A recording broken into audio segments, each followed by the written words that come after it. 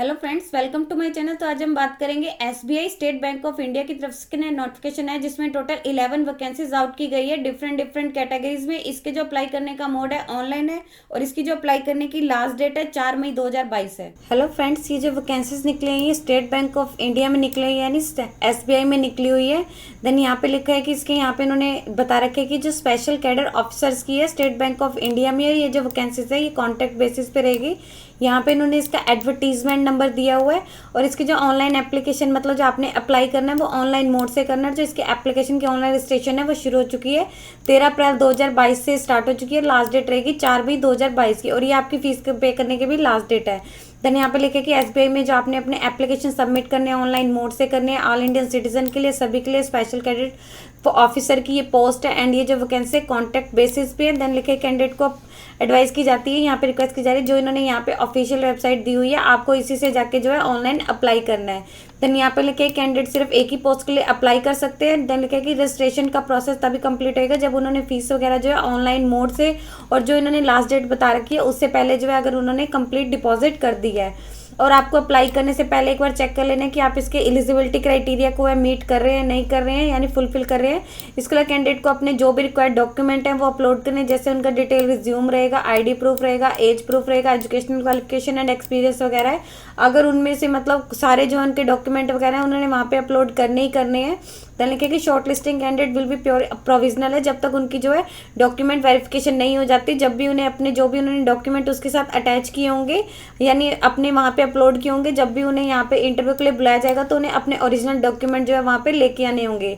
लेकिन in case call for interview अगर उन्हें लगता है कि वो इसके एलिजिबिलिटी क्राइटेरिया को मीट नहीं करें या उनमें कोई भी ऐसे डॉक्यूमेंट का मिसमैच वगैरह है तो वहाँ पे सीधा रिजेक्ट किया जाएगा।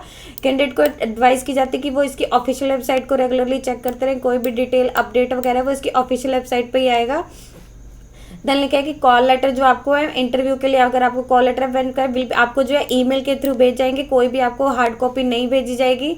Then hard copy of application आपने कोई भी सबमिट नहीं करना है, ना ही आपने जो कोई भी डॉक्यूमेंट है वो ऑफिस को भेजना है, जस्ट आपने अप्लाई करना है ऑनलाइन मोड से ही करना है। यहाँ पे पोस्ट की डिटेल्स बता रखी है कि कितने उनका कॉन्टैक्ट कितने पीरियड के लिए रहेगा यानी कितने समय के लिए रहेगा, कितनी वैकेंसीज है उसकी ब्रेकेज दे रखी है, एज क्या चाहिए होगी एंड उसका सिलेक्शन प्रोसेस क्या रहेगा एंड उसकी प्लेस ऑफ पोस्टिंग क्या रहेगी। फर्स्ट इन्होंने दे रखी है वाइस प्रेसिडेंट एंड हेड की कॉन्टैक्ट सेंटर ट्रांसफॉर्मेशन में है। यहाँ पे लिखा है कि इनका जो कॉन्टैक्ट पीरियड है वो 5 ईयर रिन्यूअल का है आपका एंड टोटल जो है यहाँ पे दिया हुआ है इसकी जो है एक ही वैकेंसी है वो आपकी जनरल कैटेगरी में रहेगी। देन यहाँ पे लिखा है कि इसमें जो मैक्सिमम एज मांगी गई है वो 50 साल तक की और आपकी जो एज काउंट की जाएगी वो 1 अप्रैल 2022 तक काउंट की जाएगी। एंड जो आपका सिलेक्शन प्रोसीजर रहेगा, फर्स्ट आपको जो भी कैंडिडेट होंगे उन्हें शॉर्ट लिस्टेड किया जाएगा, देन उन्हें इंटरव्यू के लिए बुलाया जाएगा, देन नेक्स्ट उनका जो है सिटीजन नेगोशिएशन होगी। देन उनकी जो प्लेस ऑफ पोस्टिंग होगी सभी की जो है मुंबई में ही है और यहाँ पे सभी का जो प्रोसीजर है सिलेक्शन का वो भी सेम है और इनका जो कॉन्टैक्ट पीरियड है वो भी सेम है, जस्ट इनकी वैकेंसी अलग अलग है एंड यहाँ पे जो उनकी एज ग्रुप है वो अलग अलग दिया हुआ है। नेक्स्ट दे रखिए senior special executive programme manager contact centre में रहेगी। टोटल 3 वैकेंसीज है, एक आपकी ओबीसी कैटेगरी में रहेगी। देन यहाँ पे लिखा है कि 3 जो आपकी जनरल में टोटल 4 वैकेंसीज है।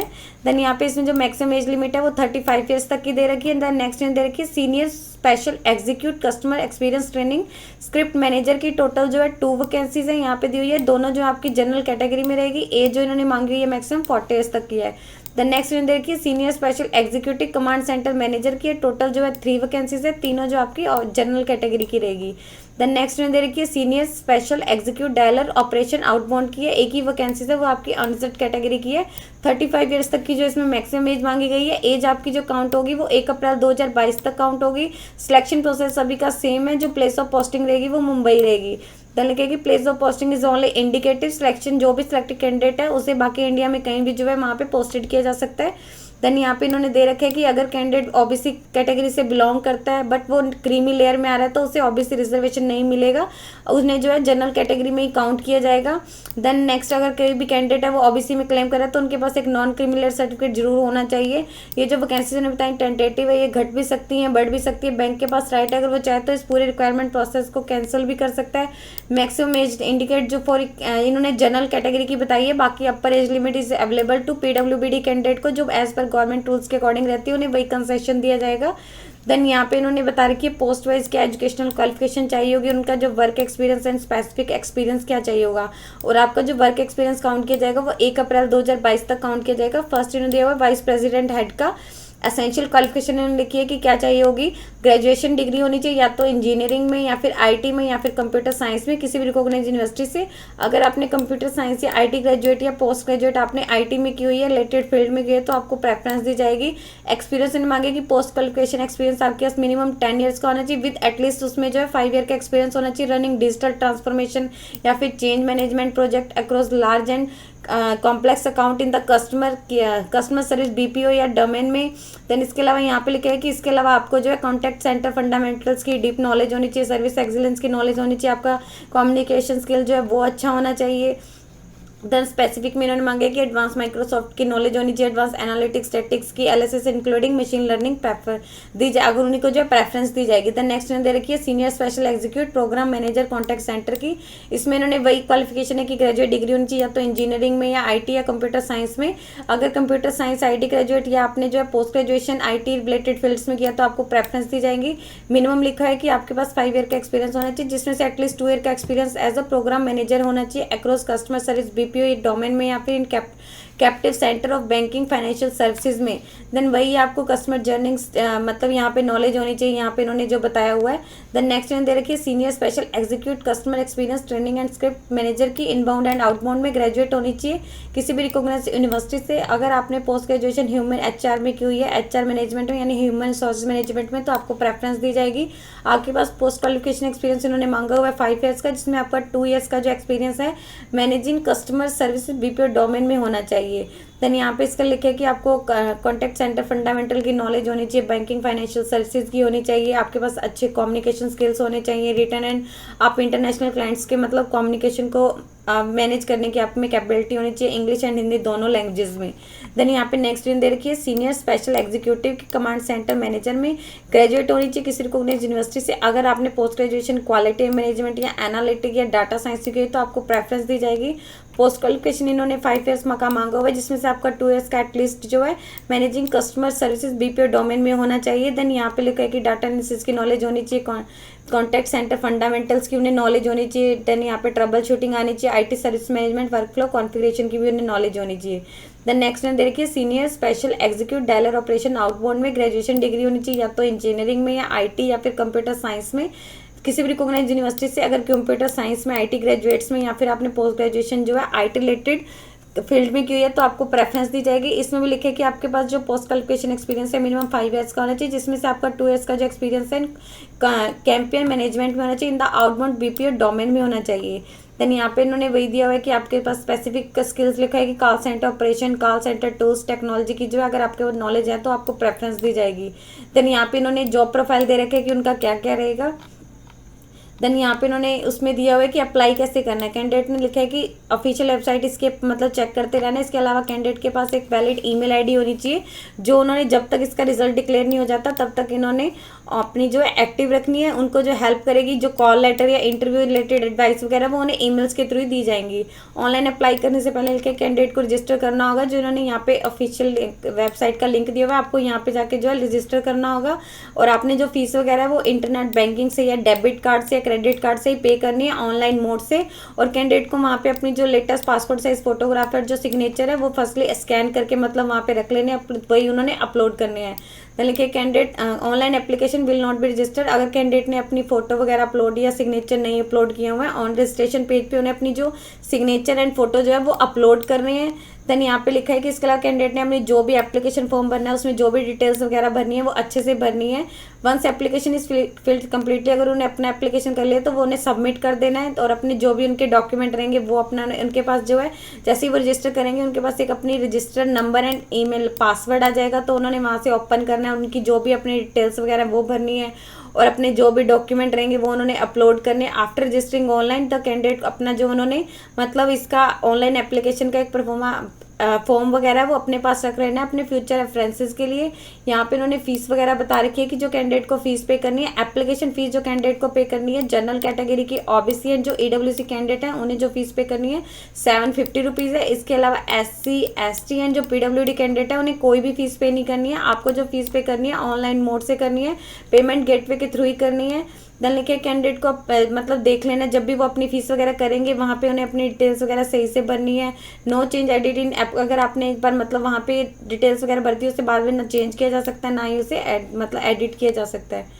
फीस वगैरह आपने जो पे करनी है debit card, credit card, internet banking से आप कर सकते हैं। देन यहाँ पे लिखे कि आपने एक बार अगर फीस पे कर दिया तो उसे ना ही रिफंड किया जा सकता है ना ही उसे किसी अदर मतलब एग्जामिनेशन में कन्वर्ट किया जा सकता है। कौन कौन से आपने जो डॉक्यूमेंट है वो अपलोड करने हैं, एक तो आपका डिटेल रेज्यूम रहेगा, देन ID प्रूफ रहेगा, आपका डेट ऑफ बर्थ का प्रूफ रहेगा, आपकी एजुकेशनल क्वालिफिकेशन रहेगी, आपकी जो एक्सपीरियंस सर्टिफिकेट है, अगर आप कहीं पे लेटेस्ट स्लिप रहेगी, देन यहाँ पे PWD कैंडिडेट है तो आपकी वो रहेगी। यहाँ पे इन्होंने बता रखा है आपकी फोटोग्राफ आपने जो अपलोड करनी है वो JPG फॉर्मेट में होनी चाहिए। उसका जो साइज है रिसेंट पासपोर्ट साइज फोटो होनी चाहिए, 20 KB से 50 KB के बीच में उसका साइज होना चाहिए।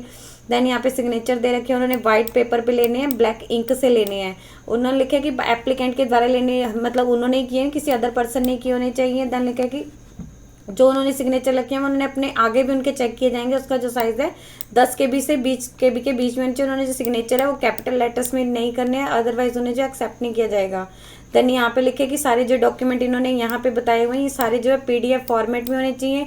इनका जो उन्होंने साइज़ वगैरह वो A4 शीट पे होना चाहिए। इनका जो साइज़ है मतलब डॉक्यूमेंट का जो अपलोड करते हैं 500 KB से ज़्यादा नहीं होना चाहिए। देन यहाँ पे दे रखे हैं उन्होंने फोटोग्राफ रिलेटेड किए कि आपने कुछ मतलब गॉगल्स वगैरह ना पहने हो, ना ही कुछ ऐसा हो।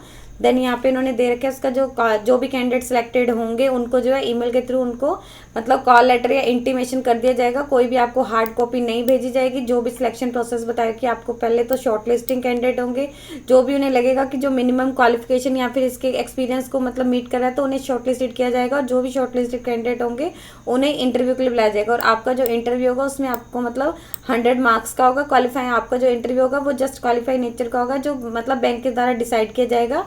देन मेरिट लिस्ट तैयार की जाएगी कि आपने जो भी मार्क्स वगैरह सिक्योर किए होंगे इंटरव्यू में उसके बेसिस पे ही रहेगी। यहाँ पे इन्होंने कुछ इंस्ट्रक्शन दे रखी है कैंडिडेट को अप्लाई करने से पहले चेक कर लेना है कि वो इसके एलिजिबिलिटी क्राइटेरिया को मीट करता है नहीं करता है। उन्होंने जो अप्लाई करना है कि पोस्ट के लिए अप्लाई करना है। देन ये लिखा है कि जो इनको फॉर्मेट दिया होगा प्रिस्क्राइब फॉर्मेट आपने उसी में ही भरना है, ऑनलाइन मोड से ही भरना है। इसके लिए कैंडिडेट के पास एक वैलिड ईमेल ID होनी चाहिए, मतलब जो भी कम्युनिकेशन होगा कॉल लेटर का या इंटरव्यू का उसी के थ्रू ही होगा। अगर कैंडिडेट जो है किसी रिजर्व कैटेगरी से मतलब बेनिफिट पाना चाहता है तो उसे उसका रिलेटेड सर्टिफिकेट वगैरह जो है वो प्रोवाइड करवाना होगा। देन जो भी डिसीजन होगा ऑल मैटर्स में मतलब इंटरव्यू क्या कंडक्ट होगा, इसके एलिजिबिलिटी क्राइटेरिया का, वो सभी जो है बैंक का ही होगा।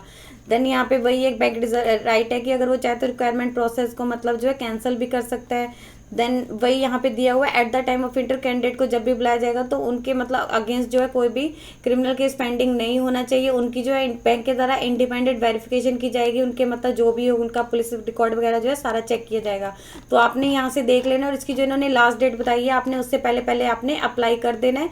जैसे यहाँ पे इसकी जो लास्ट डेट है 4 मई 2022 है। आपने ऑनलाइन मोड से ही अप्लाई करना है। आपने जो इसकी फीस पे करनी है वो भी ऑनलाइन मोड से ही करनी है। यदि आपको इससे रिलेटेड और अधिक जानकारी चाहिए तो आप इसकी ऑफिशियल वेबसाइट पर जाकर चेक कर सकते हैं, जिसका लिंक मैं आपको डिस्क्रिप्शन बॉक्स में डाल दूंगी। यदि आपकी इस वीडियो से रिलेटेड कोई भी क्वेरी है तो आप हमें कमेंट सेक्शन में लिख के बता सकते हैं।